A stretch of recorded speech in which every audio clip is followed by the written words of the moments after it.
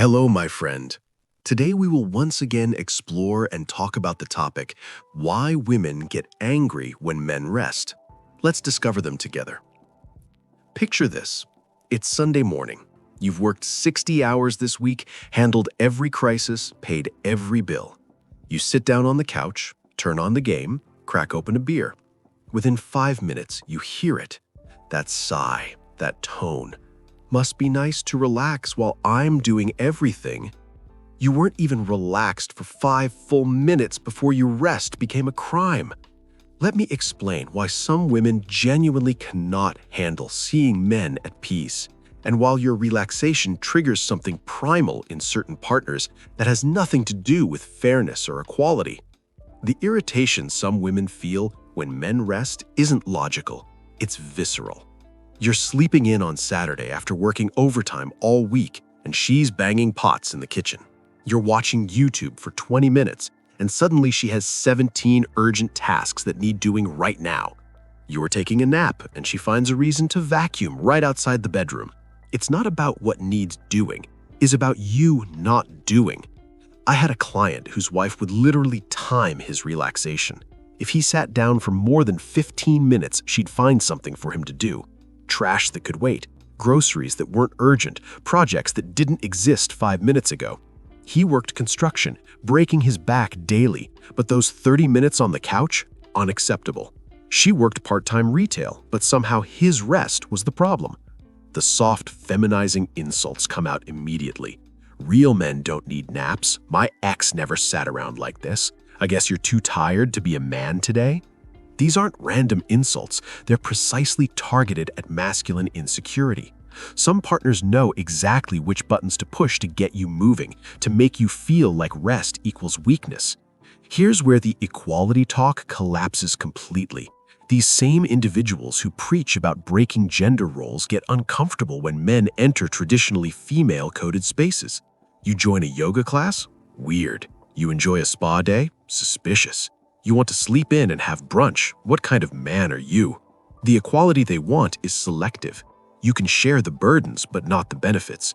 Rest has become coded as female territory in some minds. Relaxation, self-care, taking it easy. These are things women deserve after their emotional labor. But men should be machines, always on, always producing, always building.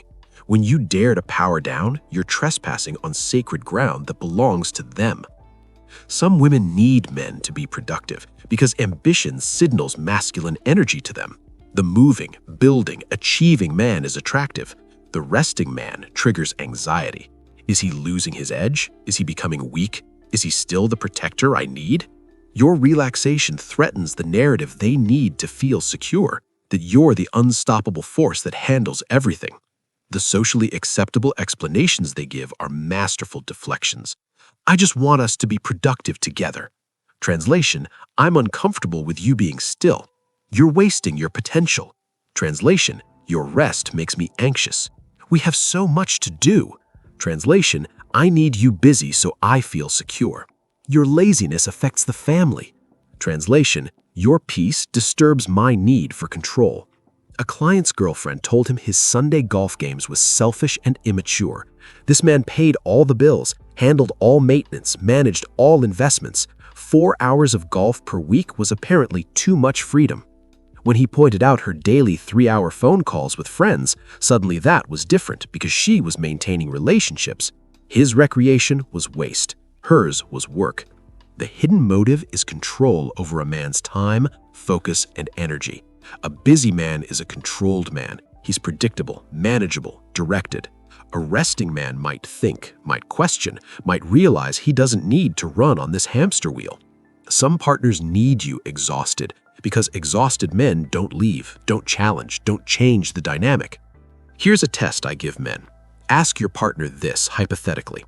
If I won the lottery tomorrow and never had to work again, would you be happy if I spent my days relaxing? Watch the reaction. Most men think their partner would be thrilled. No more financial stress, right? But many women react with horror. You just do nothing? What about goals? What about purpose? The money was never the issue. Your freedom is. Some women don't actually want the financial success if it means men use it on themselves. They want the resources, but directed their way. You making money to invest in the family? Great. You making money to buy that boat you always wanted? Selfish.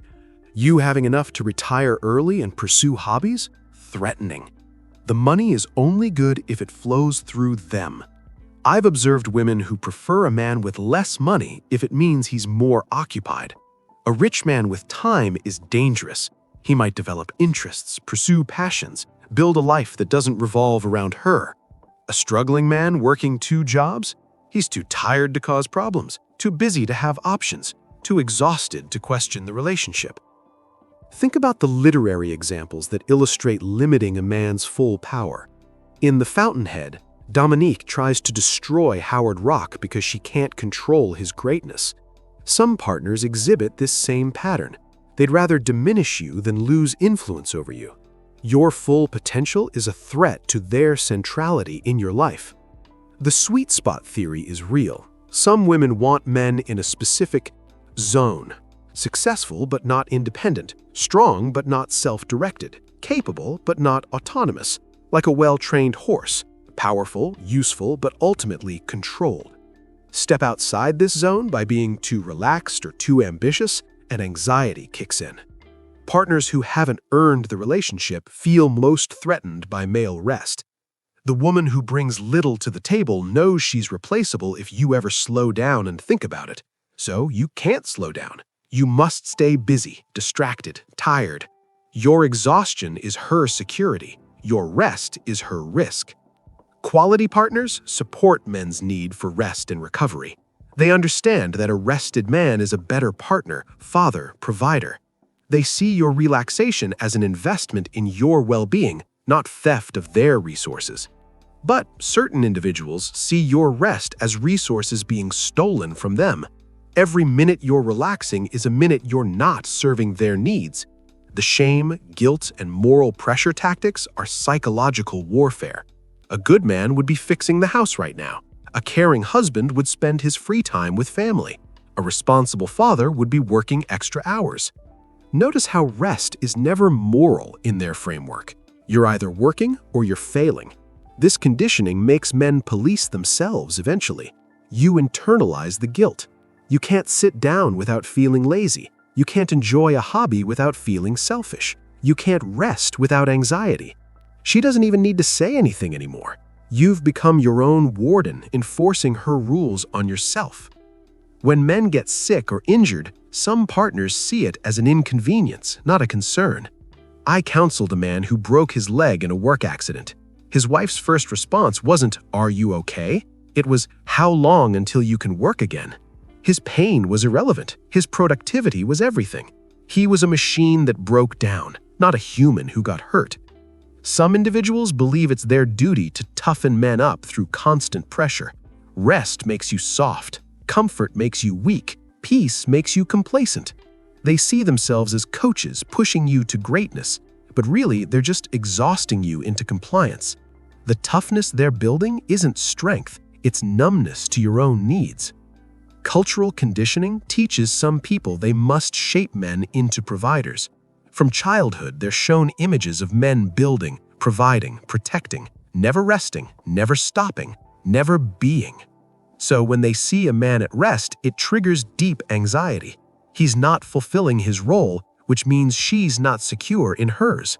The boyfriend or husband becomes a resource, not a person. You're not John who likes fishing, you're the income generator who wastes time on water. You're not Mike who enjoys gaming, you're the security provider who wastes energy on screens. Your humanity gets reduced to your utility, and rest reduces utility. A man's independence becomes competition for some partners. You're not just competing with other women anymore, she's competing with your own interests, hobbies, peace. Your motorcycle isn't just a bike, it's her rival. Your gym time isn't just exercise, it's attention stolen from her. Your rest isn't just recovery, it's rejection. I knew a couple where she systematically eliminated all his hobbies. Gym was too expensive, gaming was too childish, sports were too time-consuming, reading was too antisocial. Within 2 years, his only hobby was serving her needs. When he finally left, she was shocked. "But I gave him everything." "No, you took everything, including his right to rest." High-value women understand that male rest is investment, not waste. They know a rested man is more creative, productive, healthy, and present. They encourage hobbies because fulfilled men make better partners. They protect your rest because they understand its value. These women exist, but they're increasingly rare in a culture that sees male rest as theft. Low-value partners rely on emotional manipulation to prevent male rest. Tears when you want to golf, fights before boys' night, emergencies during your downtime. They create chaos to prevent your peace, because your peace threatens their control. If you're calm, you might think. If you think, you might leave. The performative busyness some exhibit is exhausting to watch. They're always moving, always doing, always creating tasks, not because things need doing, but to justify demanding the same from you. They'll reorganize perfectly organized closets, clean already clean rooms, create projects from nothing, all to maintain the narrative that rest is impossible. The double standard is staggering. Her book club is essential social connection. Your poker night is avoiding family. Her spa day is self-care. Your fishing trip is abandonment. Her Netflix binge is decompression. Your video game is addiction. The rules apply to you, not her, because your rest threatens while hers is justified. Some women feel entitled to regulate male suffering because they've been taught men don't really feel pain. Men are tough, men are strong, men don't need comfort. So your exhaustion isn't real exhaustion. Your stress isn't real stress. Your need for rest isn't a real need. It's weakness to be corrected, not humanity to be honored. The "if he's not suffering, he's not loving" mentality poisons relationships. Some partners measure your love by your exhaustion. The more depleted you are, the more you must care. The more you sacrifice your well-being, the more devoted you must be. Rest becomes betrayal because suffering equals love in their broken equation. I had a client whose wife kept a literal scorecard of his lazy moments. Every time he sat down, she made a note. Every nap was recorded. Every moment of peace was evidence for some future argument. He was working 2 jobs, but those 20 minutes on the couch were documented like crimes. The masculine energy argument is particularly manipulative. I need you to be the man, and men don't rest. But notice, they define what being a man means, and coincidentally, it always means serving their needs. Real masculinity includes self-care, boundaries, and yes, rest, but that definition doesn't serve their purposes. Some individuals project their own anxiety onto male rest. They can't relax, so you can't either. They're internally chaotic, so your peace feels like judgment. They're constantly anxious about productivity, so your calm triggers their insecurity. Your rest becomes a mirror showing them their own inability to be still. The fear of male self-actualization is real. A man who rests might realize he's unhappy. A man who has time to think might question the relationship. A man who isn't exhausted might have energy to change his life. Some partners need you too tired to examine whether this relationship serves you. The provider-robot programming runs deep. You're supposed to be an automated system that inputs work and outputs resources. Robots don't need rest, maintenance, or care. When you malfunction, need rest, you're defective. When you need downtime, you're broken. When you require recovery, you're failing your programming. Some women use children as weapons against male rest. How can you relax when your kids need you? But notice, the kids were fine. They weren't suffering, they weren't neglected. She just needed a moral high ground to attack your peace from. Your rest became bad parenting, even though you're an excellent father. The weekend warfare is predictable. Friday night, you think you'll rest. Saturday morning, she has a list. Sunday afternoon, there are emergencies. By Monday, you're more exhausted than Friday. The weekend isn't for recovery, it's for unpaid labor. Your job never ends, it just changes locations. Men are starting to recognize this pattern and protect their peace, setting boundaries about rest, taking their relaxation seriously, refusing to feel guilty about recovery. And some partners are panicking because exhausted men are controllable, but rested men have options. The "you're depressed" gaslighting when men rest is particularly insidious. You're not depressed, you're tired. You're not withdrawing, you're recovering. You're not avoiding life, you're saving energy for what matters. But pathologizing your rest gives them moral authority to demand constant motion. Some individuals fear male hobbies because hobbies create identity outside the relationship. A man with passions has purpose beyond provision. A man with interests has value beyond utility. A man with hobbies has a life that doesn't require her approval. That independence is terrifying to those who need dependence. The retirement test reveals everything. Ask men what their partners said when they mentioned early retirement. Most report horror, not happiness. You can't just do nothing. But why not? If the bills are paid, kids are grown, responsibilities met, why can't a man rest? Because his rest was never about money. It was about control. The rest is selfish narrative ignores male sacrifice. You've worked decades, sacrificed your body, postponed dreams, ignored pain, but 30 minutes on the couch is selfish? The audacity of calling male rest selfish when men do 95% of workplace deaths, work longer hours, die younger. It's gaslighting at its finest. Some women compete through their partner's exhaustion. My husband works 80 hours a week like it's a badge of honor instead of a tragedy. They'd rather have a depleted provider than a rested partner. Your suffering becomes their social currency, traded for sympathy and status. The male rest revolution is beginning. Men are choosing jobs with work-life balance over higher pay, prioritizing health over wealth, valuing peace over provision. And some segments of society are panicking because rested men are harder to exploit, manipulate, and control. The lazy husband stereotype persists despite evidence. Studies show men work more total hours when you combine paid and unpaid labor. Men commute longer hours, work more dangerous jobs, retire later, die younger. But a man watching TV for an hour is lazy while his partner's 3-hour Instagram scroll is decompression. Some partners sabotage male rest through manufactured drama. Every time you try to relax, there's a crisis. Every quiet moment gets filled with conflict. Peace becomes impossible because chaos is control. If you're always putting out fires, you never have time to question who's starting them. The physical health consequences of never resting are severe. Heart disease, stroke, mental breakdown. Men are dying from exhaustion. But some partners see your stress symptoms as weakness, not warning signs. Your chest pain is dismissed. Your anxiety is mocked. Your exhaustion is minimized. I counseled a man who hadn't had a real day off in 5 years. Not one full day of rest. His wife always had something that needed doing, some crisis that required attention. When he finally took a day for himself, she filed for divorce, citing abandonment. 1 day in 5 years, and he was abandoning her. The men age faster reality is directly connected to this.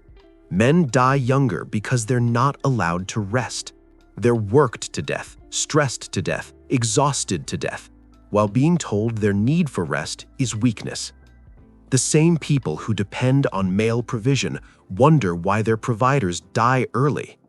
Some women genuinely don't understand that men need rest because they've been taught men are machines. Machines don't need downtime. They run until they break, then you replace them. This dehumanization is so complete that male rest seems abnormal rather than necessary. The emotional labor argument falls apart here. Certain individuals claim emotional labor is exhausting work that deserves recognition and rest. Fair enough. But physical labor doesn't. Mental labor doesn't. Financial pressure doesn't. Only their exhaustion counts. Yours is just called what men do. The "I wish I could rest like you" manipulation is masterful. She could rest. She chooses not to. She creates busy work, manufactures tasks, invents problems, then uses her self-imposed exhaustion to attack your legitimate rest. You're not preventing her rest. She's preventing her own rest to prevent yours. Some partners need constant male motion because stillness requires intimacy. A moving target is harder to hit. If you're always working, you never have deep conversations, never examine the relationship, never connect emotionally. Motion becomes avoidance disguised as productivity. The rest when you're dead mentality is literally killing men, and some partners enforce this through shame, guilt, manipulation. They'd rather have a dead provider than a resting partner. Your gravestone will read, "He provided," while theirs reads, "She survived longer." Men need to understand your rest is not negotiable. It's not selfish, it's not lazy, it's necessary for survival. Any partner who begrudges your rest doesn't love you, they love what you provide. Someone who loves you wants you rested, healthy, happy. Someone who uses you wants you exhausted, controllable, profitable. The generational pattern is breaking. Young men are watching their fathers die from exhaustion and choosing differently. They're prioritizing balance, health, peace. They're refusing relationships that demand constant motion. They're choosing rest. And some segments of society are calling it a crisis. The male laziness epidemic narrative is propaganda. Men aren't becoming lazy, they're becoming conscious. They're realizing the hamster wheel leads nowhere. The exhaustion isn't worth it, the sacrifice isn't appreciated. So they're stepping off the wheel. And those who benefited from their motion are panicking. Some women are starting to understand and support male rest. They're recognizing that a rested partner is a better partner, that male well-being matters, that rest is human, not gendered. These women are creating healthy relationships, while others create exhausted providers. The entitlement to male energy is staggering. Some individuals genuinely believe they own your time, energy, effort. Your rest is theft of their property. Your relaxation is stealing their resources. Your peace is taking their provision. This isn't partnership, it's ownership.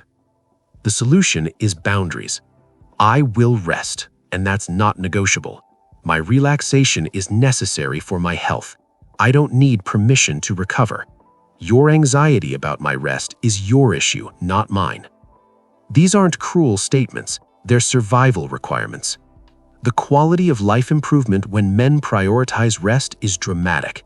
Better health, clearer thinking, improved mood, stronger relationships. But you have to fight for it. Some partners will resist, manipulate, threaten. Your rest threatens their control. Choose rest anyway. The relationship test is simple. Does your partner protect or attack your rest? Do they create space for your recovery or fill every moment with demands? Do they value your well-being or just your output? The answer tells you everything about whether this is love or exploitation. Men are learning they can't pour from empty cups. You can't provide if you're depleted. You can't protect if you're exhausted. You can't love if you're broken. Rest isn't selfish, it's necessary for being the man you want to be. The future belongs to men who rest strategically, who understand recovery as part of performance, who refuse to be worked to death, who choose partners that support their humanity, not just their utility, who know that rest is not weakness, it's wisdom. The male rest resistance is growing. Men sharing their need for downtime, supporting each other's right to relaxation, refusing the guilt, shame, manipulation, choosing life over exhaustion, choosing peace over provision, choosing themselves over exploitation. Some partners will adapt, supporting male rest and recovery. Others will escalate, increasing pressure and manipulation. The division is already visible. Relationships built on mutual care versus exploitation, partners versus parasites, love versus labor extraction. The clarity that comes with rest is what some fear most. A rested man sees clearly, thinks clearly, chooses clearly. Your exhaustion keeps you confused, compliant, controlled. Your rest brings revelation, and revelation brings change. Men deserve rest, not because they've earned it through labor, not because they've paid for it through provision, but because they're human beings who need recovery. Any partner who doesn't understand this basic humanity doesn't deserve partnership. The shame ends now. No more guilt about that Sunday nap. No more apologizing for hobbies. No more justifying downtime. No more treating rest like crime. You need rest. You deserve rest. And anyone who says otherwise is telling you exactly who they are. The message is simple. Rest. Despite the guilt trips, despite the manipulation, despite the shame, rest because your life depends on it. Rest because your sanity requires it. Rest because you matter more than your productivity. Partners who love you will guard your rest like treasure. They'll protect your downtime, encourage your hobbies, celebrate your peace. They understand that your rest is investment in your shared future. Anyone who attacks your rest is attacking your well-being. The biological reality is that men need rest differently than women. Different stress responses, recovery needs, restoration patterns. Ignoring this because it's politically incorrect doesn't change the reality. Men need rest, period. Some individuals will read this and rage about male privilege, laziness, selfishness. Perfect. Their anger reveals their entitlement to male exhaustion. Their fury exposes their dependence on male depletion. Their reaction tells you everything. The exhaustion economy is ending. Men are refusing to be worked to death for ungrateful partners. They're choosing quality of life over quantity of provision. They're selecting rest over riches. And the beneficiaries of male exhaustion are terrified. Young men learn this early. Any partner who resents your rest resents your humanity. Anyone who demands constant motion doesn't see you as human. Anyone who attacks your peace doesn't deserve your provision. The test for potential partners is simple. Date for 3 months, then take a full day of complete rest. Do nothing productive, watch their reaction. Do they support your recovery or attack your laziness? Their response reveals their character. Men over 40 are teaching younger men through example, showing them what exhaustion costs, what never resting creates, what constant motion destroys. The message is clear.